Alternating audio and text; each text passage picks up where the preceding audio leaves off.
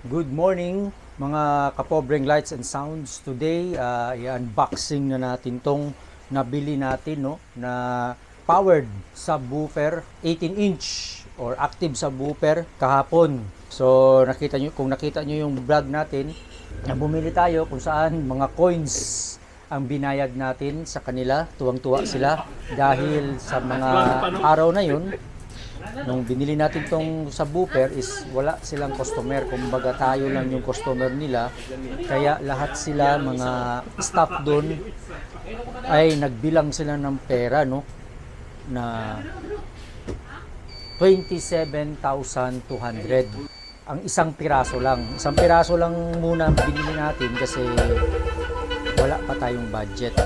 So kumbaga parang nasa 60,000 more or less 63,000 siguro ang dalawang pair, pero nabili ko ng 27,200 discounted na yun. So ngayon i-unboxing natin to ngayon dito sa bahay. So yan lang natin, buksan natin mabilisan. Ang bigat nito guys, sana makayanan ko to kapag sa actual gig. Pero sa tingin ko naman makakayanan natin to.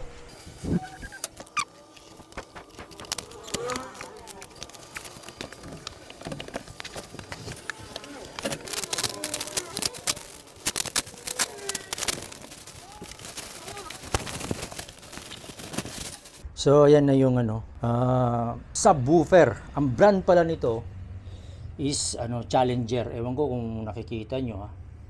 Yan, may naka-engrave siya dito. Ilawan ko kaya So ayan, may naka-engrave siya, Challenger, yan kita nyo ba? Challenger. So bale, pala ito guys, wood. Hindi siya MDF yung parang kapag meron kasing wood na MDF ang gamit, pangit yun kasi pag nababasa, alam naman nating lahat yun, kapag nababasa, lumulobo or nabibiyak, parang nabibitak, parang ganun. Basta pangit yun pag nababasa. Ito, wood talaga. Ang mahalaga is solid wood siya. Kahit katukin mo, hindi siya yung MDF lang. Wood talaga. So, ang tigas, ang ganda ng itsura, aesthetic. Maganda. So, tingnan natin sa harapan. By the way, meron na siyang pole plunger dito. Hindi siya threaded kasi ang mga iba, yung mga branded talaga threaded. Ito hindi, which is okay lang. And then ikot natin sa harapan, tingnan natin sa harapan. Medyo may kabigatan lang kasi 18 inch ba naman, which is maganda kapag 18 inch kasi yan yung standard sa subwoofer subwoofer size. Pag sa subwoofer 18 inch talaga yung standard size niya.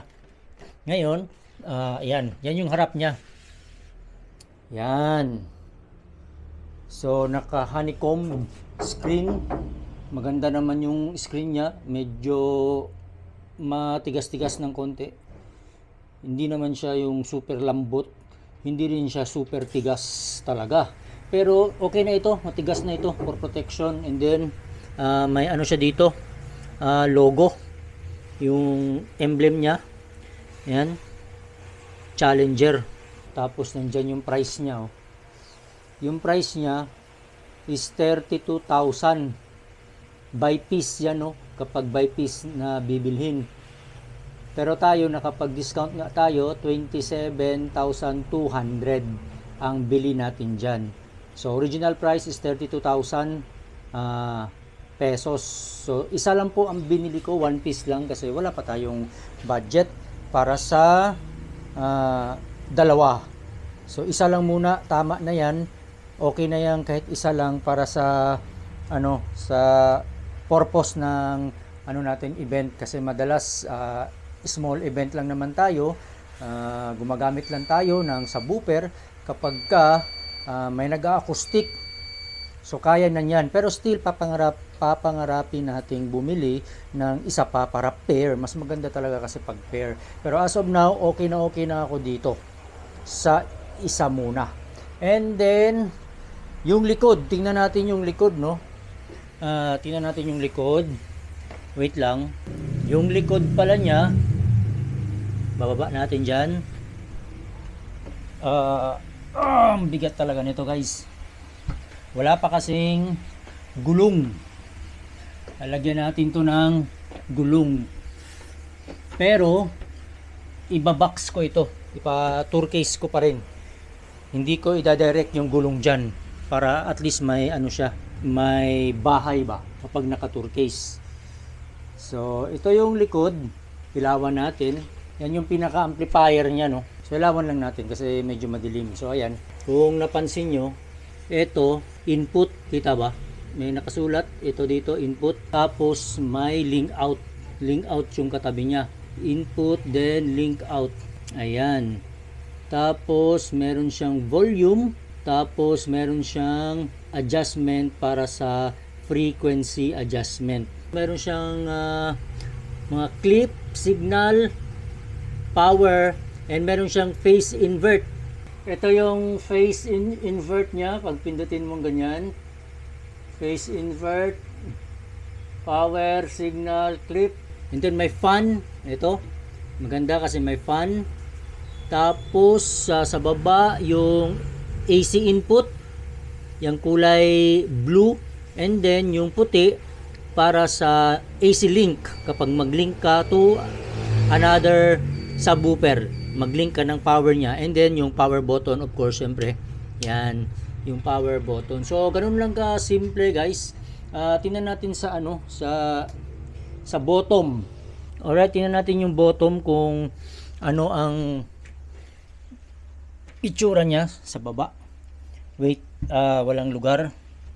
Ano natin, iurong natin. Hindi siya basta-basta maurong kasi may rubber footing siya sa baba. So, dumidikit, kumakapit sa semento.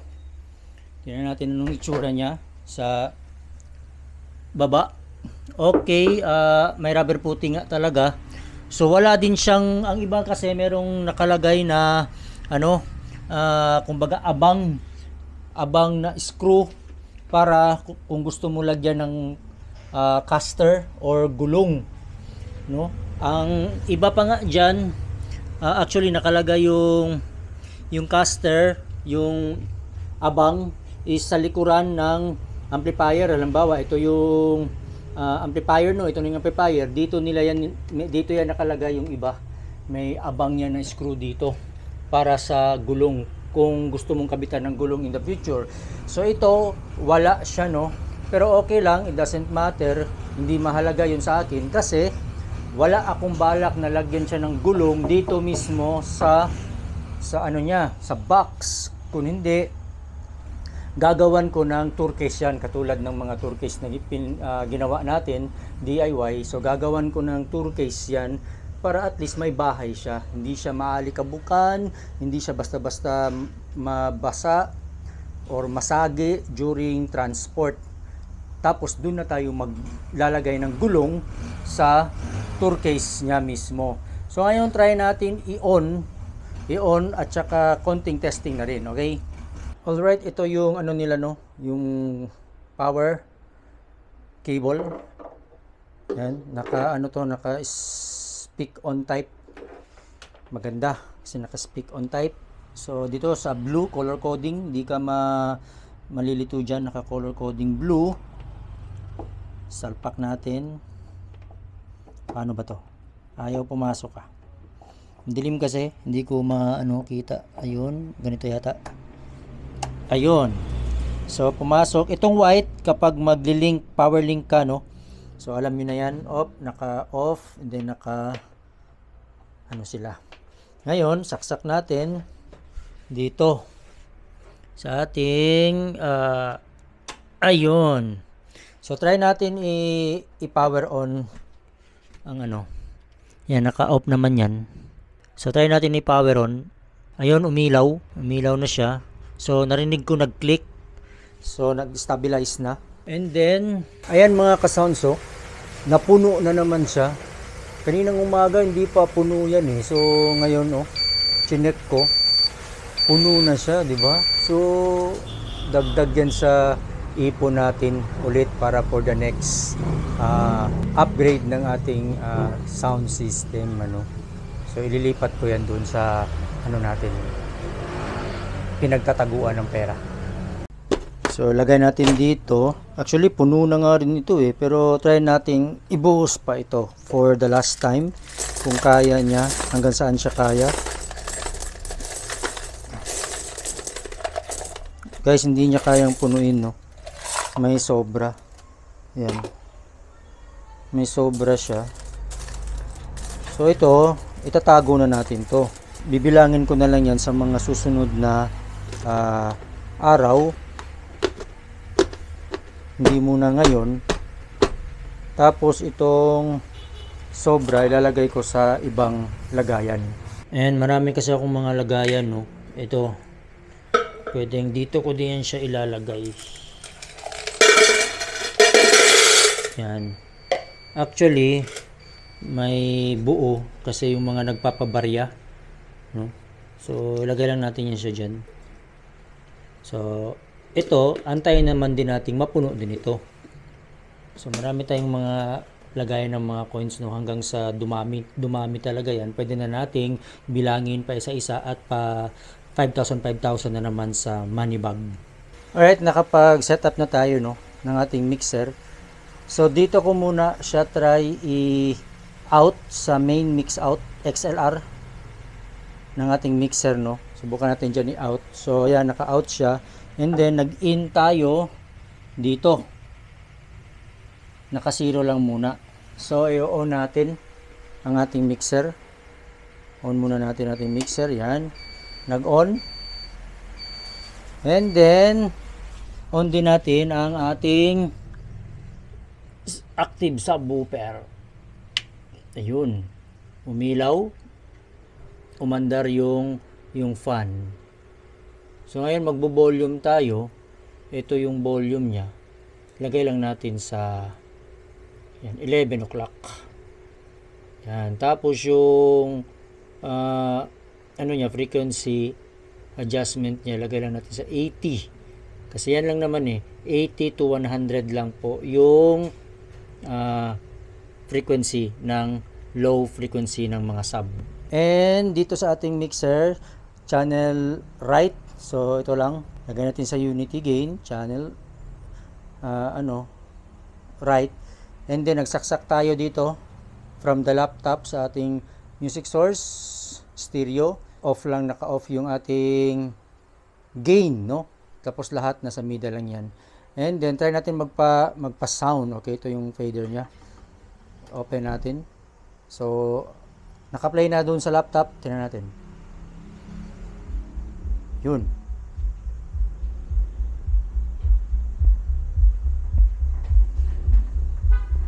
Dumadagundong.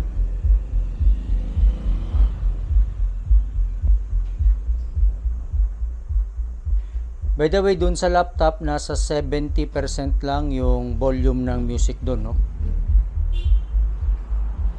So, lagay natin sa unity gain ang fader. And then, buksan natin ang gain. Yan. So, kung napapansin nyo dito, habang binubuksan ko yung gain, orange na, no? So babaan natin yung gain. Kasi ibig sabihin nagpipik na yun kapag nag-orange na. Diyan lang siya dapat sa green. So ito naman nasa unity. So yan yung pinaka malakas na volume. Dumadagundong siya. I don't know kung naririnig nyo. So ngayon ang gagawin natin. So ayan mga ka-Probring Lights and Sounds, dumadagundong na siya, no, kahit sa ganitong setup. Ang gawin natin, ibaba natin to, zero natin yung gain. Yan, zero muna natin yung gain. Kasi kanina, ano yun parang nakaganon yun, no? Nakaganon yun, ano man tawag yan? Parang naka 9. Parang naka 9 o'clock. Kasi nga, nagki-clip na siya dito, no? So ngayon, pero kita nyo naman, no, ang lakas niya. Ang gawin natin is i-off natin yung gain, balik tayo sa likod sa likod. So, balik tayo sa likod. So, kanina, naka 12 o'clock lang yung volume. Tapos, ito namang adjustment niya, frequency adjustment, parang naka 11. Try ko lang galawin yung frequency adjustment. Lagay natin sa 12 o'clock din. Ayan, mas lumakas, no? I-zero ko yung So, naka-zero yung frequency adjustment and dumadagundong pa rin, no? Humina nga lang. Tapos yung main volume natin, naka alas 12 lang naman yan. Hindi natin gagalawin muna yan, no? Ngayon, ibalik ko sa yung parang sa 11 o'clock ang frequency adjustment. Ayan. Tapos lagay natin sa 12, mas lumakas. Lagay natin sa 1 o'clock. Naku, mas malakas na. 1 o'clock yung frequency adjustment, mas rinig nyo, mas gumaganon. Tapos 12 o'clock lang yung main volume nya. So nilagay ko sa 1 o'clock. 1 o'clock ba yun? Tama, 1 o'clock yung adjustment. So nag-change ng song. Ayan, another song. So kita nyo yung meter. Guys, dumadagundong talaga. Grabe, parang sasabog yung lugar natin dito, no? Parang wawasak. Naka-off lang yung frequency, what more kung frequency, yung gain, what more kung bubuksan ko yan, no? Wala na. I-off ko lang. Ang ganda talaga, mga ka-sounds. Sulit. Kaya nga kampante ako na isa lang muna ang binili ko kasi alam kong malakas ito eh. Although wala itong maraming review, kahit mag-search kayo sa YouTube, i-search nyo 18-inch active subwoofer Challenger, wala masyadong nagre-review nito. Merong mga konting video, mga maiikling video lang from the store itself, pinapakita lang nila pasada, mga 3 minutes siguro, ganyan. Pero wala talagang detailed na katulad nito, no? So gagawa tayo ng mga maraming video nito, bubuksan natin to sa mga susunod na video, titingnan natin anong laman. But for now, unboxing and sound check lang muna. So ayan, ang ganda talaga, oh. Grabe. And one thing, guys, umiilaw siya, no? Umiilaw yung eto. Kanina,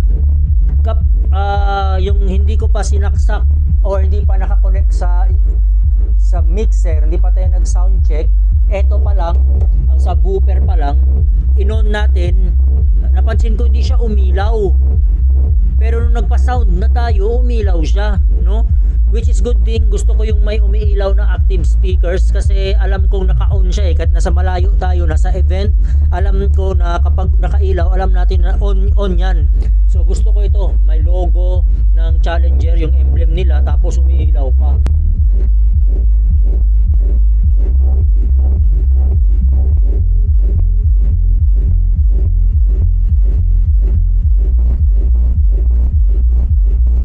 So ayan mga ka-sounds, medyo humahaba na po yung video natin, no? Pero overall thoughts po, napakaganda. Based on first impression, masasabi ko without any bias, napakaganda ng Challenger 18-inch subwoofer, active subwoofer na ito. Hindi po ako nagsisisi na binili ko siya. Napaka-solid. Totoo ang sabi nila na malakas, dumadagundong. So isa pa lang ito, isa pa lang, hindi pa tayo nag full volume kanina, pero ramdam ko na talaga yung low sound niya. Pero pag-aralan ko na lang kung paano ko pa rin siya mabuhat ng mag-isa. Good thing at isa lang muna ang binili ko, kaya hindi ako mahirapan in the future kung gagamitin na natin to kapag meron tayong mga acoustic setup, no, na buhatin siyang mag-isa. Pero overall thoughts, napakaganda. Hindi ako nagsisi, hindi nasayang yung 27,200. In the future, hopefully makabili pa tayo ng isa para balance. By the way, 2,000 watts nga pala itong Challenger 18-inch active subwoofer. Thank you so much for watching. God bless po, and to God be the glory. Thank you, Lord. nakabili na tayo sa wakas.